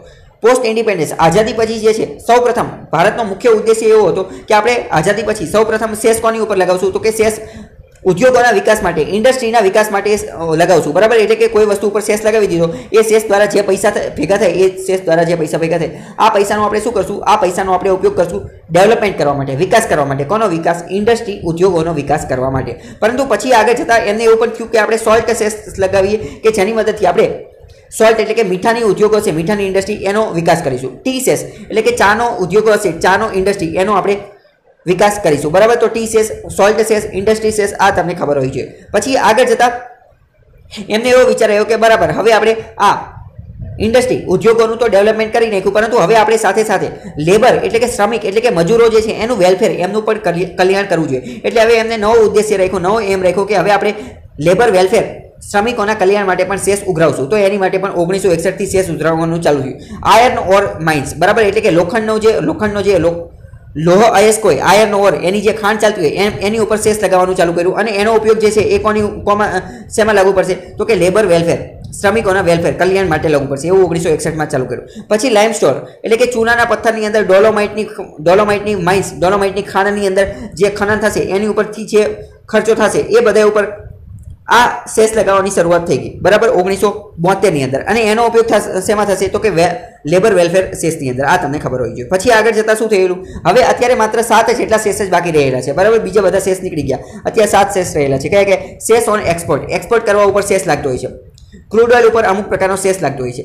હેલ્થ એન્ડ એજ્યુકેશન સેસ, અમુક પ્રકારનો એવો સેસ હોય કે જે સેસનો ઉપયોગ માત્ર અને માત્ર સ્વાસ્થ્ય અને એજ્યુકેશન, ભણવા, શિક્ષણ ઉપર જ થાય. પછી રોડ એન્ડ ઇન્ફ્રાસ્ટ્રક્ચર સેસ, આ સેસની અંદર જે પૈસા ભેગા થયા હોય એનો મતલબ આપણે રોડ બનાવવામાં અને ઇન્ફ્રાસ્ટ્રક્ચર બનાવવામાં જ કરી શકીએ. પછી building and other construction worker welfare cess, તો બિલ્ડિંગ અને કન્સ્ટ્રક્શનના કામમાં જે વર્કર, મજૂરો કામ કરતા હોય એના વેલફેર માટેનો સેસ. નેશનલ કેલામિટી કન્ટિન્જન્ટ ડ્યુટી, તો એની માટે સેસ લગાવવામાં આવે છે કે કેલામિટી, કોઈ પણ પ્રકારની કુદરતી આપત્તિ આવી જાય તો એની માટેનો સેસ લગાવવામાં આવે છે. પછી ટોબેકો રિલેટેડ પ્રોડક્ટ, તમાકુ સંબંધિત જે કોઈ પણ પ્રોડક્ટ હોય એની ઉપર જીએસટી કોમ્પેન્સેશન સેસ લગાવવામાં આવે છે. તો આ તમને ખબર હોવી જોઈએ. જીએસટી કોમ્પેન્સેશન સેસ વિશે તમારે સીન ગુડ યાદ રાખવાનું છે. સીન ગુડ અને લક્ઝરી ગુડ ઉપર લગાવવામાં આવે છે. સીન ગુડ એટલે એવી વસ્તુ કે જેના કારણે આપણા માનવીના શરીરને, સ્વાસ્થ્યને હાનિકારક હોય, એને નુકસાન થતું હોય, બરાબર. તો જીએસટી કોમ્પેન્સેશન ફંડમાં પૈસા ક્યાંથી આવે છે? એક તો સીન ગુડમાંથી અને બીજું લક્ઝરી ગુડમાંથી. અમુક લક્ઝરી માટેની સેસ લગાવેલા હોય એની માટે, બરાબર. તો હેલ્થ સેસ જે છે એ મેડિકલ ડિવાઇસ, આપણે વિદેશમાંથી જો કોઈ પણ વસ્તુ મેડિકલ ડિવાઇસ ઇમ્પોર્ટ કરશું, વિદેશમાંથી કોઈ પણ વસ્તુ મેડિકલ ડિવાઇસ મંગાવશું તો એની ઉપર 5% હેલ્થ સેસ લાગશે. એનાથી જે પૈસા ભેગા થાય એ માત્ર સ્વાસ્થ્યમાં જ એનો ઉપયોગ થાય, એ તમને ખબર હોવી જોઈએ. તો હવે આ મુદ્દો અત્યારે ચર્ચામાં શા માટે છે એ પણ આપણે જોઈ લઈએ. કેન્દ્ર સરકાર દ્વારા રિટેન એટલે કે જાળવી રાખેલા છે 47,000 કરોડ રૂપિયા જે છે જીએસટી કોમ્પેન્સેશન ફંડમાં આવેલા છે. જીએસટી કોમ્પેન્સેશન સેસ સ્વરૂપે એમને મળેલા છે. તો એ પૈસા કેન્દ્રએ પોતાની પાસે જ જાળવી રાખેલા છે, કોન્સોલિડેટેડ ફંડમાં જ રાખેલા છે. એને જીએસટી કોમ્પેન્સેશન ફંડની અંદર નાખેલા જ નથી. તમે એક વસ્તુ સમજો કે પહેલાં જે કોઈ પણ સેસ લગાવવામાં આવે, બરાબર, તો પહેલાં તો એ કોન્સોલિડેટેડ ફંડ એટલે કે જે સંચિત નિધિ હોય એની અંદર બધા પૈસા ભેગા થાય. સેસ દ્વારા કે ગમે એ ભેગા થયા હોય બધા પૈસા અહીંયા જ ભેગા થાય. પછી આગળ જતા આમાંથી જે સેસના પૈસા હોય એને આગળ જતા બીજા એકાદામાં ટ્રાન્સફર કરવાના હોય. ફોર એક્ઝામ્પલ જીએસટી કોમ્પેન્સેશનના છે, બરાબર, તો આની અંદર જે જીએસટી કોમ્પેન્સેશનના પૈસા જે છે એ આ કોન્સોલિડેટેડ ફંડ, સંચિત નિધિમાંથી આ જે બીજો ફંડ હોય એની અંદર ટ્રાન્સફર કરવાનો હોય. પરંતુ કેન્દ્ર સરકારે 47,000 કરોડ રૂપિયા જેટલા પૈસા જીએસટી કોમ્પેન્સેશનથી મળેલા છે એ આમાં ટ્રાન્સફર કરેલા જ નથી. અને સરકાર અત્યારે વારંવાર એવું કહેતી હોય છે કે અમારી પાસે રાજ્યને પૈસા આપવા માટે, આ વળતર આપવા માટે પૈસા છે નહીં. તો આ સારી વસ્તુ કહેવાય નહીં. બીજો મહત્વનો આર્ટિકલ જોઈએ તો તમને ખ્યાલ હશે, લેબર લો, શ્રમિકના નિયમોની અંદર ઘણા બધા ફેરફાર કરવામાં આવ્યા છે. 3-4 જેટલા નવા કાનૂન લાવવામાં આવેલા છે. તો આ બધા કાનૂન શું છે એના વિશે આપણે વાત કરીએ કે આજે નવા કાનૂન લાવવામાં આવેલા છે એના કારણે ન્યૂ ઇન્ડસ્ટ્રીયલ રિલેશન કોડ શું છે, ઉદ્યોગો માટેના સંબંધો ધરાવતો આ કોડ શું છે, કોડ એટલે નિયમોનો સમૂહ, આ બધા નિયમો શું છે. આ કોડ જે છે રાઇટ ટુ સ્ટ્રાઇક એટલે કે હડતાલ કરવાનો અધિકાર જે યુનિયન જે સંગઠનો જે છે એમને હડતાલ કરવાનો અધિકાર હતો એના વિશે શું કહે છે, માલિકોને મજૂરોને કઈ રીતે ફાયદો નુકસાન શું છે એ બધું જોઈએ. પહેલા તો પાર્લામેન્ટ એટલે કે સંસદ દ્વારા આ બધા જે કાયદા જે છે એ પસાર કરી દેવામાં આવેલા છે, બિલ પસાર થઈ ગયેલા છે, પાસ થઈ ગયેલા છે, એટલે હવે કાયદો બની જશે. ઘણા બધા લોકો એની ક્રિટિસિઝમ ટીકા કરતા હતા, વિરોધ કરતા હતા, તેમ છતાં પણ પાર્લામેન્ટ સંસદને તો એનાથી કાંઈ લેવા દેવા નથી, એમને તો આ પસાર કરી દીધા. તો પહેલો કોડ કયો હતો એ વાત કરીએ, કોડ ઓન ઇન્ડસ્ટ્રીયલ રિલેશન. બીજો કયો હતો social security, occupational safety, health and working condition. આ બધા અલગ અલગ પ્રકારના કોડ હતા એટલે કે નિયમોનો સમૂહ હતો. Codes on industrial relation. Industrial રિલેશનનો મતલબ શું, ઉદ્યોગોની અંદર કેવા કેવા પ્રકારના સંબંધો હોવા જોઈએ, માલિક અને મજૂર વચ્ચે કેવો સંબંધ હોવો જોઈએ, એ બધા વિશે વાત કરે છે. પછી સોશિયલ સિક્યુરિટી, કોઈ પણ મજૂર, કોઈ પણ શ્રમિક કોઈ કંપનીની અંદર વર્ક કરે છે, કામ કરે છે, તો એની સામાજિક સિક્યુરિટી, સામાજિક સુરક્ષાનું શું, એવું નહીં કે ગમે ત્યારે એને કાઢી નાખો, એને બોનસ, હેલ્થ, એજ્યુકેશન આ બધી વસ્તુના પૈસાને બધું મળવું જોઈએ, તો એને સોશિયલ સિક્યુરિટી કહે. પછી ઓક્યુપેશનલ સેફટી. ઓક્યુપેશનલ એટલે વ્યવસાય, વ્યવસાયની અંદર જે મજૂર કામ કરે છે તો એને કેવા રીતની સેફટી આપવામાં આવે છે. કદાચ માની લો કે કોઈ કેમિકલ વાળામાં કામ કરતો હોય તો એને મોજા, હાથના ગ્લવ્સ એ બધું આપવામાં આવે છે કે નથી આવતું. ત્યાં સારી હવાને, પોલ્યુશન, પ્રદૂષણ ને એવું તો નથી થતું ને સારું વાતાવરણ ને બધું મળે છે કે નહીં. મતલબ કે કામ કરવાની જગ્યા જે છે એ વ્યવસ્થિત સુરક્ષિત છે કે નહીં, એ ઓક્યુપેશનલ સેફટી, એની માટેનો કોડ નિયમો આપવામાં આવે છે. પછી હેલ્થ એન્ડ વર્કિંગ કન્ડિશન, એ જગ્યાએ કામ કરવા માટેની જે પરિસ્થિતિ જે છે, કન્ડિશન, ત્યાં એનું સ્વાસ્થ્ય અને એની વર્કિંગ કન્ડિશન કેવી છે એના વિશે વાત કરવામાં છે. ગયા વર્ષે એક સેપરેટ, એક અલગ કાયદો બનાવવામાં આવેલો હતો, વેજ માટેનો કોડ બનાવવામાં આવ્યો હતો. એટલે કે મિનિમમ વેજ, ઓછામાં ઓછું વેતન કેટલું રાખવાનું, વધુમાં વધુ વેતન કેટલું રાખવાનું, તો વેતન રાખવા માટેના નિયમોનો કોડ જે છે એ ગયા વર્ષે તે ઇનેક્ટ લાગુ પાડવામાં આવેલો હતો. અત્યારે નવા કોડ લાવવામાં આવેલા છે. હવે બીજી વાત કરીએ તો મેઇન ફીચર, આનું મેઇન ફીચર જોઈએ, ઇન્ડસ્ટ્રીયલ રિલેશન કોડનું અત્યારે મેઇન ફીચર જોઈએ તો એના દ્વારા કમ્બાઈન કરવામાં આવેલું છે. શું કમ્બાઈન કરેલું છે, તો અર્સ્ટવાઇલ એટલે કે પહેલાના 3 જેટલા કાયદા હતા એને કમ્બાઈન કરેલા છે.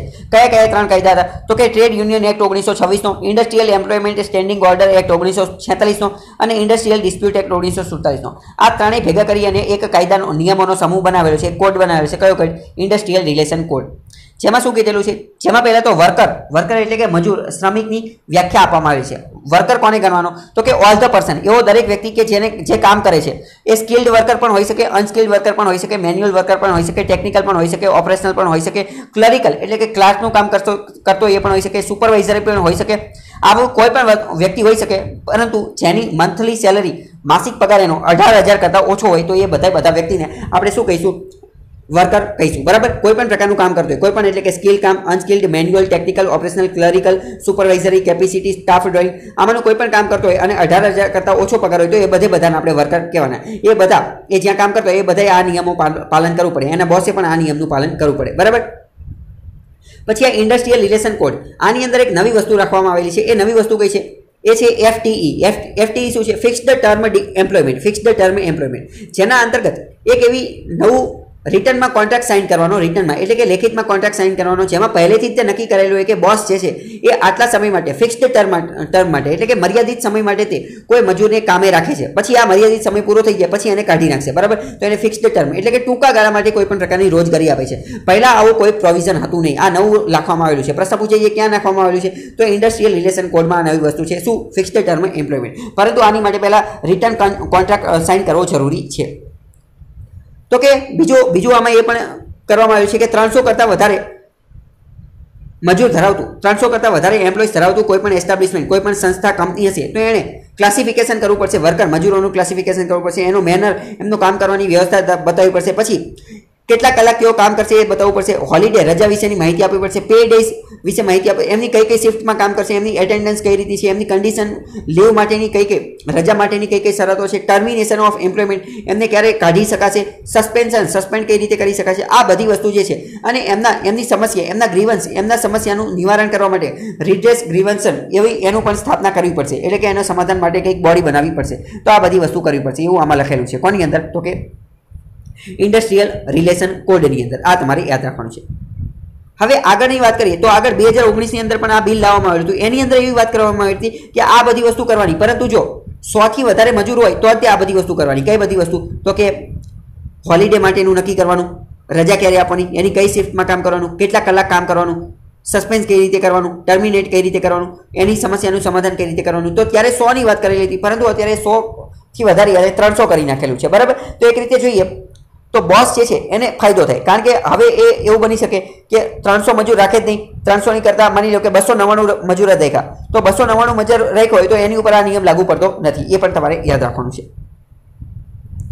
તો જો આની અંદર ઇન્ટ્રોડ્યુસ દાખલ કરવામાં આવ્યું છે ફિક્સ્ડ ટર્મ એમ્પ્લોયમેન્ટ. મેં તમને કીધું એમ્પ્લોયર બોસને એ પ્રકારની ફ્લેક્સિબિલિટી મળશે કે એ વર્કરને, જે શ્રમિક જે છે એને એની રિક્વાયરમેન્ટ, એની જરૂરિયાત પ્રમાણે થોડા સમય માટે તે કામે રાખી શકે, એવું નહીં કે રાખવાનો તે પછી જ્યારે કાઢવું હોય ત્યારે કાઢી નાખે. ટ્રેડ યુનિયન વિશે શું કહેવાનું થાય છે? તો ટ્રેડ યુનિયન વિશે આ કાયદામાં શું છે તો કે જો કોઈ ઇન્ડસ્ટ્રીની અંદર, કોઈ ઉદ્યોગની અંદર એક કરતાં વધારે ટ્રેડ યુનિયન હશે, તો 51% જે એમ્પ્લોઈઝ ધરાવતું હશે એવું સંગઠન કે જેની અંદર 51% મજૂરો જોડાયેલા છે, 51% એમ્પ્લોઈઝ જોડાયેલા છે, એની સાથે નેગોશિએશન, એની સાથે વાટાઘાટ કરવામાં આવશે. 2019નું જે વર્ઝન હતું એમાં એવું હતું કે જો 2 કરતાં વધારે ટ્રેડ યુનિયન ધરાવતા હોય તો એની અંદર 75% જે યુનિયનની અંદર, જે સંગઠનની અંદર 75% કરતાં વધારે કર્મચારી જોડાયેલા હોય એની સાથે વાટાઘાટ કરવામાં આવતી, તો એ ઘટાડીને હવે 51% કરી નાખેલું છે, બરાબર. તો આ તમારે યાદ રાખો. ફોર એક્ઝામ્પલ સમજો કે કોઈ એ નામની કંપની છે, એની અંદર 1, 2 અને 3 અલગ અલગ પ્રકારના સંગઠનો છે અને ત્રણેયની માંગ અલગ અલગ હોય, તો હવે એ કંપનીનો બોસ છે એ ત્રણેય પાસે જાય નહીં કે અમે ત્રણેયનું સમાધાન ન કરે. તો પહેલાં શું હતું? પહેલાં એવું હતું કે આ ત્રણમાંથી જેની અંદર 75% મજૂર જોડાયેલા હોય એનું સમાધાન કરે, પરંતુ હવે એવું થઈ ગયું કે 75% નહીં, 51% મજૂર જેમાં જોડાયેલા હોય છે સંગઠનની અંદર એની સાથે નેગોશિએશન એટલે કે વાટાઘાટ કરવામાં આવશે. અહીંયા બોસ જે છે એને નેગોશિએટિંગ કાઉન્સિલ પણ બનાવવી પડશે, જેની અંતર્ગત જે યુનિયન સંગઠન હશે એના નેતાને એ બધાનું રિપ્રેઝેન્ટેટિવને એ બધા રાખવામાં આવશે, નેગોશિએટિંગ કાઉન્સિલ કે જે વાટાઘાટ કરવાનું કાર્ય કરશે. બીજો આની અંદર શું પ્રોવિઝન છે? તો બીજો પ્રોવિઝન લે ઓફ, એટલે કે કોઈ પણ મજૂરને કાઢી નાખવો હશે તો કઈ રીતે કાઢવામાં આવશે, કંપની બંધ કરવા માટે અથવા મજૂરને કાઢવા માટે શું રાખવામાં આવ્યું છે? તો મજૂર કાઢવા માટે શું કીધેલું છે કે 300 કરતાં વધારે મજૂર ધરાવતી કંપની હશે, 300 કરતાં વધારે મજૂર ધરાવતી, તો એને જો મજૂરને કાઢવા હશે, ફાયર કરવા હશે, ત્યાંથી કાઢવા હશે, તો પહેલાં સરકારને લેખિતમાં જણાવવું પડશે, એની માટે એના જવાબને એ બધું આપવું પડશે. પરંતુ 300 કરતાં ઓછા મજૂર ધરાવતી કંપની હશે તો એ ગમે એ રીતે કાઢી શકશે, બોસ પોતાની મરજી પ્રમાણે કાઢી શકશે. તો આ તમને ખબર હોવી જોઈએ. રાઇટ ટુ સ્ટ્રાઇક એટલે કે હડતાલ કરવા માટે આના વિશે શું કીધેલું છે? તો આ જે નવા નિયમો આવેલા એના અંતર્ગત પ્રોહિબિટ એટલે કે અટકાવી દીધેલું છે, સ્ટ્રાઇક હડતાલને અટકાવી દીધેલું છે, લોકઆઉટને અટકાવી દીધેલું છે, ઇન્ડસ્ટ્રીયલને નોટિસ વગર કોઈ પણ પ્રકારની હડતાલ સ્ટ્રાઇક કરી શકાશે નહીં. અને જો કોન્ટ્રાક્ટમાં ઉલ્લંઘન થયેલું છે, કોઈ પણ મજૂર અને માલિક એટલે કે બોસ વચ્ચેનો કોન્ટ્રાક્ટ હશે એનો બ્રીચ થયેલો છે, એનું ઉલ્લંઘન થયેલું છે, તો 60 દિવસની નોટિસ આપ્યા સિવાય આ સ્ટ્રાઇક એટલે કે હડતાલ એવું કંઈ કરી શકાશે નહીં. તો આ તમારે યાદ રાખવાનું છે. બીજો મહત્વનો આર્ટિકલ જોઈએ તો મધ્યપ્રદેશની અંદર, સેન્ટ્રલ ઇન્ડિયા, મધ્ય ભારતની અંદર, મધ્યપ્રદેશની અંદર 5 જેટલા એમ્ફીબિયનની નવી પ્રજાતિ જોવા મળેલી છે. સ્ટડીમાં એવું જાણવા મળ્યું છે. ફાઉના લિસ્ટની અંદર, ફાઉનાનો મતલબ શું થાય? ફાઉનાનો મતલબ થાય પ્રાણીઓ. નવી 5 પ્રજાતિ મળેલી છે કોની? એમ્ફીબિયન્સની. એમ્ફીબિયનનો મતલબ શું થાય? એમ્ફીબિયનને ગુજરાતીમાં કહેવાય ઉભયજીવી. શું કહેવાય? ઉભયજીવી. ઉભયજીવીનો મતલબ શું થાય? ઉભયજીવીનો મતલબ થાય એવા પ્રાણી કે જે પાણીની અંદર પણ રહી શકે અને જમીનની અંદર પણ રહી શકે, પાણી અને જમીન બેમાં રહી શકે. તો એવું એક ઉદાહરણ છે ડેડકો. કોણ? ડેડકો. ડેડકો પાણીમાં રહી શકે અને જમીનમાં પણ રહી શકે. એવું બીજું ઉદાહરણ છે કાચબો. બરાબર, કાચબો જમીનમાં અને પાણીમાં બેમાં રહી શકે. બરાબર. તો એમ્ફીબિયન એટલે ઉભયજીવી. ફોના એટલે કે પ્રાણીઓ. તો એ આમ મધ્યપ્રદેશની અંદર 5 નવી સ્ટડી મળી ગઈ છે. આ અભ્યાસ, આ સ્ટડી કોને કરેલી હતી? Wild life institute of India કે જે દહેરાદૂનમાં આવેલી છે એમણે આ સ્ટડી કરેલી હતી. સેન્ટ્રલ ઇન્ડિયા પન્ના ટાઈગર રિઝર્વ મધ્યપ્રદેશમાં આવેલું છે, અહીંયા આ સ્ટડી કરવામાં આવેલી હતી. અને આ એમને ક્રિપ્ટિક સ્પીસીસ મળેલી છે. ક્રિપ્ટિક સ્પીસીસનો મતલબ શું થાય એ તમે સમજો. ઘણી બધી વાર કેવું થાય કે 2 અલગ અલગ પ્રકારની 2 પ્રજાતિ જોવા મળતી હોય, 2 સ્પીસીસ જોવા મળતી હોય, પરંતુ આ બંને સ્પીસીસ જે છે, બંને સ્પીસીસ એ એક જેવી જ લાગતી હોય, અને આપણે મિસ્ટેકલી એટલે કે આપણે ભૂલ દ્વારા એવું પણ માની લઈએ છીએ, ભૂલ કરીને મિસ્ટેકથી એવું જાણી લઈએ કે આ બંને સ્પીસીસ એક જ છે, પરંતુ જ્યારે એમનો ડીએનએ ચેક કરવામાં આવે છે તો બંનેની અંદર એકદમ થોડો નાનો ફેરફાર જોવા મળતો હોય છે, બંનેનું ડીએનએ અલગ અલગ હોય છે. તો આવી સ્પીસીસને ક્રિપ્ટિક સ્પીસીસ કહેવામાં આવે છે. તો આ તમારે યાદ રાખવાનું છે, કારણ કે યુપીએસસી લેવલની પરીક્ષામાં ડાયરેક્ટ પ્રશ્ન પૂછાઈ જાય કે ક્રિપ્ટિક સ્પીસીસનો મતલબ શું થાય. બરાબર, તો ખબર હોવી જોઈએ કે એવી સ્પીસીસ કે જે દેખાવામાં તો એક સમાન સિમિલર લાગતી હોય, પરંતુ એના જે અંદરના સ્ટ્રક્ચર, એનું બંધારણ, એની અંદરની જે બોડી જે છે, અંદર કંઈક ડીએનએની એની અંદર કંઈક થોડો ઘણો વાંધો હોય. બરાબર. જો આપેલું છે ઓબ્ટેન મોલેક્યુલર કોન્ફિગ્યુરેશન, ડીએનએની અંદરથી એના જે મોલેક્યુલર કોન્ફિગ્યુરેશન, એની ડીએનએની રચના એ બધું જોઈએ તો ક્રિપ્ટિક સ્પીસીસની અંદર આમ તો દેખાતી હોય સેમ, પરંતુ એનું ડીએનએ જે છે એ અલગ અલગ હોય. ડીએનએ ચેક કરવી ત્યારે ખબર પડે. સિન્સ સેન્ટ્રલ ઇન્ડિયા, જે મધ્ય ભારત જે છે એ ડ્રાય એટલે કે સૂકું હોય છે, ત્યાં પાણીની એટલું બધું જોવા મળતું નથી, એટલે એમ્ફીબિયન, ત્યાં ઉભયજીવી લોકો જે છે એ માત્ર અને માત્ર ચોમાસા દરમિયાન, આ જૂન થી ઓગસ્ટ દરમિયાન જોવા મળે છે. તો ડ્વાર્ફ મધ્યપ્રદેશની અંદર આ જે પ્રજાતિ જોવા મળેલી એમાંના મોટા ભાગના ફ્રોગ છે, મોટા ભાગના કેવા છે, દેડકાઓ છે, અને એને તો આ એમ્ફીબિયન એટલે કે ઉભયજીવી કહેવાય. ડ્વાર્ફ ટોડ પણ જોવા મળે છે. ડ્વાર્ફનો મતલબ શું થાય?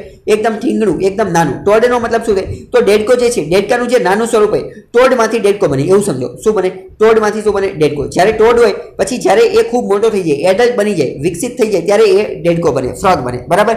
તો એવો પૂછે કે ફ્રોગ પહેલા શું હોય? તો ફ્રોગ પહેલા ટોડ હોય. ટોડ પછી શું હોય? ટોડ પછી હોય ફ્રોગ. બરાબર?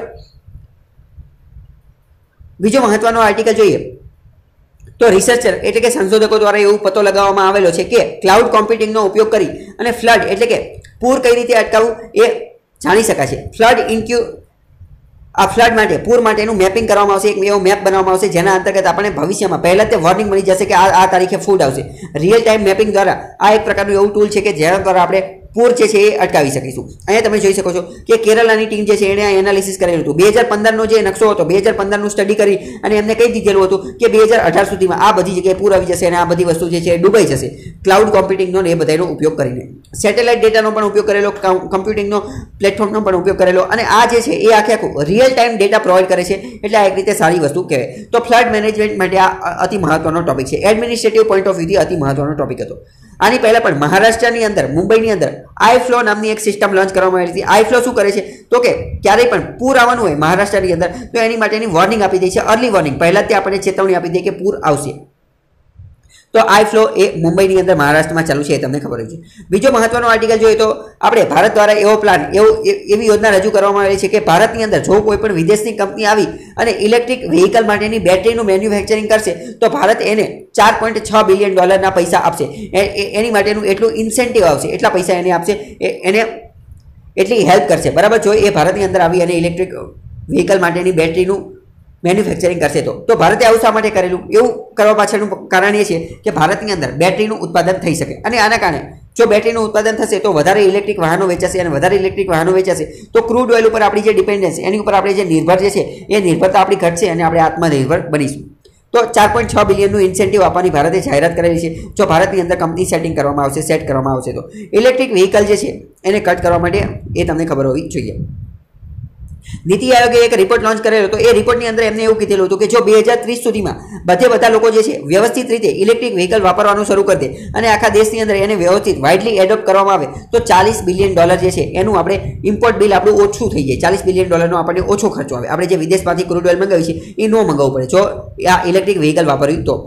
ભારતે કોશિશ કરેલી છે પ્રમોટ કરવાની ઇલેક્ટ્રિક વ્હીકલને, પરંતુ ભારતની અંદર વાંધો શું છે કે ઇન્વેસ્ટમેન્ટની લેક છે, ઇન્વેસ્ટમેન્ટની ખામી છે. સરકાર ઇલેક્ટ્રિક વ્હીકલમાં એટલું બધું ઇન્વેસ્ટમેન્ટ કરતી નથી. બીજું કે આપણે કદાચ કોઈ વ્યક્તિ ઇલેક્ટ્રિક વ્હીકલ ખરીદી પણ લે પરંતુ એની માટે ઇન્ફ્રાસ્ટ્રક્ચર અવેલેબલ નથી. તો ઇલેક્ટ્રિક વ્હીકલ માટે ચાર્જિંગ સ્ટેશન એ બધું અવેલેબલ નથી. હવે કોઈ ગામડામાં ઇલેક્ટ્રિક વ્હીકલ લઈ લીધું તો પછી ચાર્જિંગ કરવા ક્યાં જવાનું? તો ચાર્જિંગ સ્ટેશન અવેલેબલ હોવું જોઈએ. તો એની માટે ઇન્ફ્રાસ્ટ્રક્ચર બનાવવું પડે. હવે ગયા વર્ષની વાત કરીએ તો ગયા વર્ષની અંદર માત્ર 3400 ઇલેક્ટ્રિક કાર તે વેચાણી ભારતની અંદર, કે જે ભારત વિશ્વનો બીજા નંબરનો સૌથી વધુ વસ્તીવાળો દેશ છે. માત્ર 3400 કાર વેચાણી. એની સામે 1.7 મિલિયન જે છે એ ઓલી સાદી કાર વેચાઈ ગઈ. તો આ સારી વસ્તુ કહેવાય નહીં. સરકારે પણ ઇલેક્ટ્રિક વ્હીકલ માટે ઘણી સારી પહેલ કરેલી છે. ફેમ યોજના લોન્ચ કરેલી છે, ફેમ 1 અને ફેમ 2. બરાબર? તો ફેમનું ફૂલ ફોર્મ તમને ખબર હોવી જોઈએ, faster adoption and manufacturing of electric vehicles. આ તમને ખબર હોવી જોઈએ. જેના અંતર્ગત શું નક્કી કરવામાં કે આપણે લોકો ઇલેક્ટ્રિક વાહન વધારે વાપરે એની વાત કરવામાં આવી છે. સરકાર દ્વારા NEMMP પણ લોન્ચ કરવામાં આવી છે. NEMMP શું છે? National electric mobility mission plan. એ તમને ખબર હોવી જોઈએ.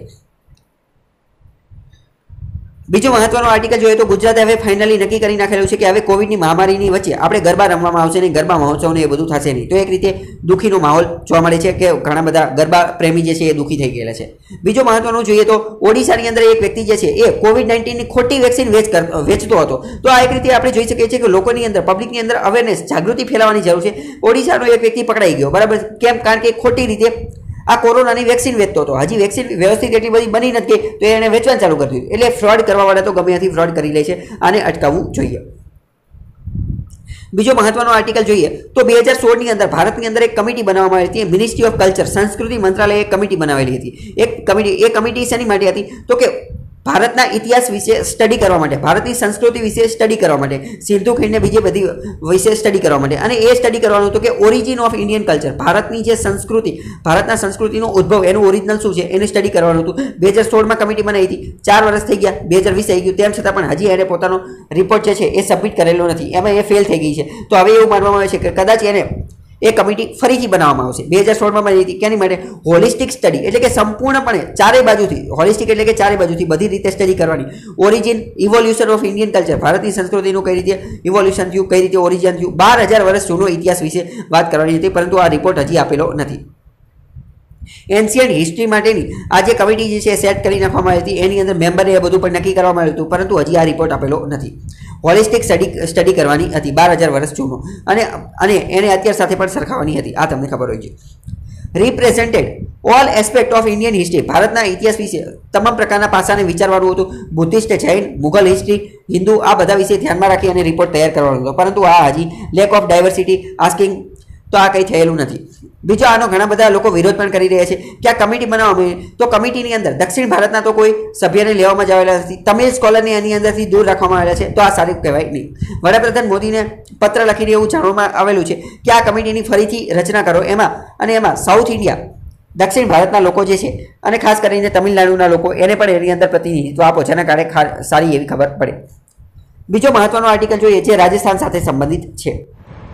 તો રાજસ્થાનની અંદર એક પ્રકારનું મિશન લંટાના ચાલુ કરવામાં આવ્યું હતું, મિશન લેન્ટાના અથવા તો લંટાના. તો એ શું છે, એ મિશન શું છે, એના વિશે આપણે વાત કરીએ. પહેલા તો રાજસ્થાનની અંદર સજ્જન ગ્રહ વાઇલ્ડ લાઇફ સેન્ચુરી, એટલે કે સજ્જન ગ્રહ અભયારણ્ય આવેલું છે. એના અંતર્ગત ફોરેસ્ટ ડિપાર્ટમેન્ટ દ્વારા 500 જેટલા સેપલિંગ, 500 જેટલા છોડવાઓ વાવવામાં આવેલા હતા થોડા સમય પહેલા. શાની માટે? તો કે આ છોડવાઓ વાવે તો એના કારણે બાયોડાયવર્સિટી, જૈવ વિવિધતા, ઇકોસિસ્ટમ આ બધું જળવાઈ રહે અને આ બધી વસ્તુ સારી રહે એની માટે. પરંતુ લંટાના નામનો જે છોડ જે છે, લંટાના નામનો છોડ, એના કારણે આ બધી વસ્તુ ખરાબ થઈ ગઈ. લંટાનાનું અહીંયા અત્યારે શું કરે છે, તો અત્યારે આ જે લંટાના નામનો વૃક્ષ જે છે, છોડ જે છે, એને કાઢવામાં આવે છે, એ શ્રબ છે, એને અત્યારે કાપવામાં આવે છે. તો એ શું છે એને વાત કરીએ. મિશન લંટાના શું છે? તો પહેલા તો આ એક નાનું એવું અભયારણ્ય છે. આ અભયારણ્ય અરવલ્લીની અંદર આવેલું છે. 6 કિલોમીટર, 6 સ્ક્વેર કિલોમીટરમાં આવેલું છે. આ અભયારણ્યની અંદર મોટાભાગના જે પ્રાણીઓ જે છે એ હર્બીવોરસ છે. હર્બીવોરસ એટલે કે તૃણાહારી, વનસ્પતિ ખાવીને જીવાવાળા છે. તો લંટાના શું છે? લંટાના જે છે એ એક રીતની ઇન્વેસિવ છે. ઇન્વેસિવ એટલે કે એવી પ્રજાતિ છે, વૃક્ષની એવી પ્રજાતિ. આ એક રીતનું શ્રબ છે, એક રીતનું શ્રબ, જેને ઇંગ્લિશમાં કહે ક્ષુપ. ક્ષુપ એટલે શું હું તમને કહીશ થોડી વારમાં. આ એક રીતનું શ્રબ છે, એક રીતની વનસ્પતિ છે, એક રીતનું ક્ષુપ છે, જે જાડું હોય, થિકેટ એટલે કે થિકેટ ફોર્મિંગ શ્રબ.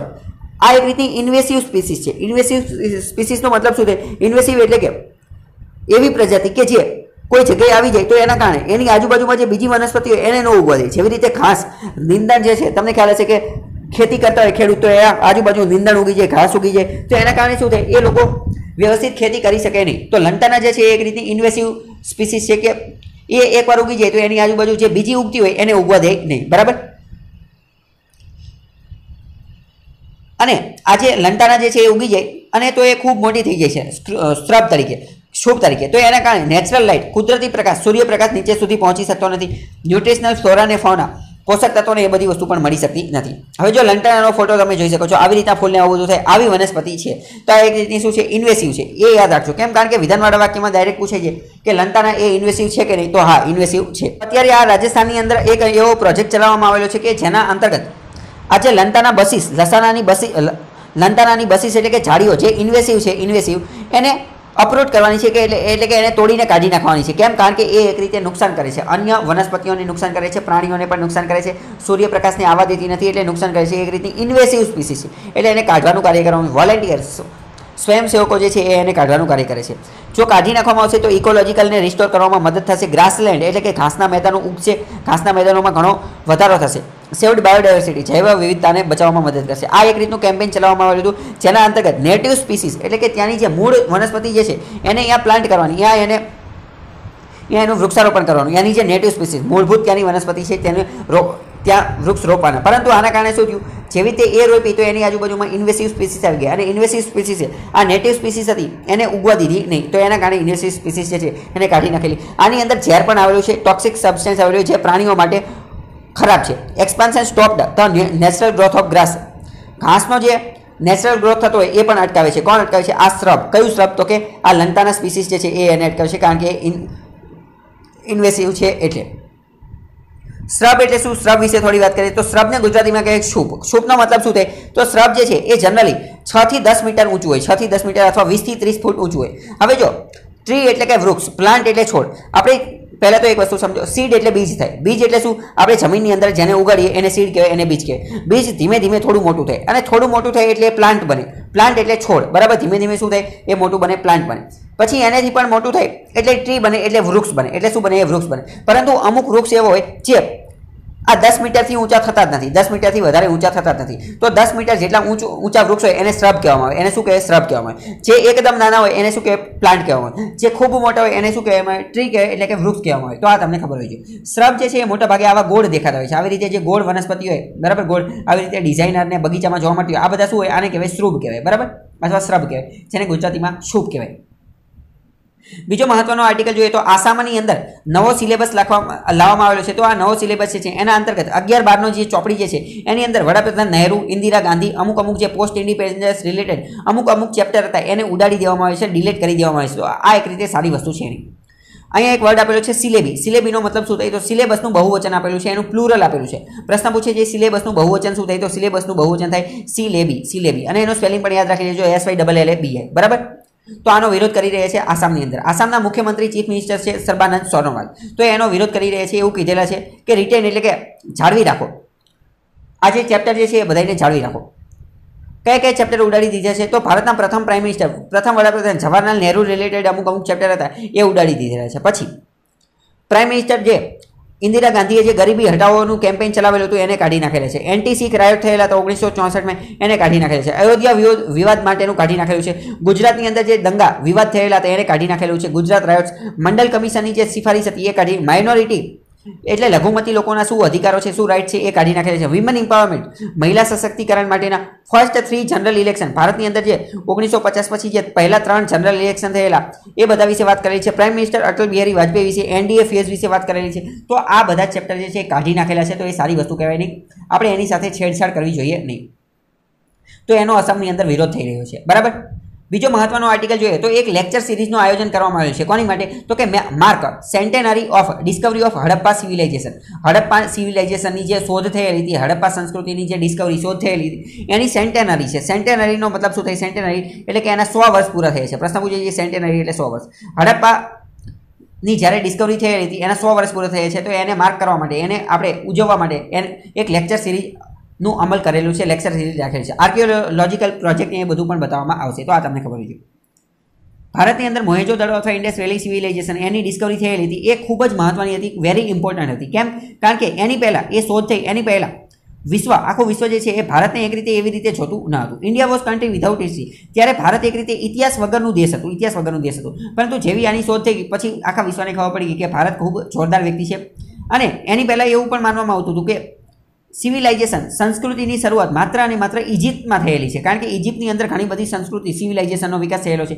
ભારતમાં આવું કંઈ થયેલું નથી. પરંતુ ભારતની અંદર આ બધા અવશેષો મળ્યા પછી આખી દુનિયાને ખબર પડી ગઈ કે ના, ઇજિપ્તની અંદર નહીં, ભારતની અંદર પણ આવું થયેલું છે. બીજું, ભારત બ્રિટનનું ગુલામ હતો. તો બ્રિટન જે છે એ વ્હાઇટ સુપ્રીમસી ધરાવતા હતા અને એવું કહેતા હતા કે વ્હાઇટ બર્ડન થિયરી આપેલી હતી. ત્યારે એ બ્રિટનનું એવું પણ કહેવામાં આવતું હતું, બ્રિટન એવું માનતા હતા કે ભારતના લોકો જે છે એ અસભ્ય લોકો છે. કેવા છે? અસભ્ય લોકો અથવા અશિષ્ટ લોકો છે. અને બ્રિટનના લોકો જે ભૂરા લોકો જે છે, ધોળિયા લોકો, એ શિષ્ટ લોકો છે. એટલે ભગવાને એમને શિષ્ટ લોકોને ભારતમાં એટલા માટે એમને શાસન કરવા મોકલેલા છે કે આ અસભ્ય લોકોને સભ્ય બનાવી શકે. પરંતુ જેવું ભારતની અંદરથી આ બધી સભ્યતાને એ બધું નીકળ્યું તો પછી બ્રિટનવાળાને ખબર પડી ગઈ કે અમે કઈ આવા શિષ્ટ કે અશિષ્ટ કેવું કંઈ છે નહીં. ભારતવાળા તો અહીંયા તો પહેલેથી જ ઘણા પુરાના વર્ષોની અંદર સિવિલાઇઝેશન, સભ્યતા મળેલી હતી, બરાબર. તો એક રીતે ભારતને ગૌરવ, પ્રાઇડ ફીલ થયેલું હતું.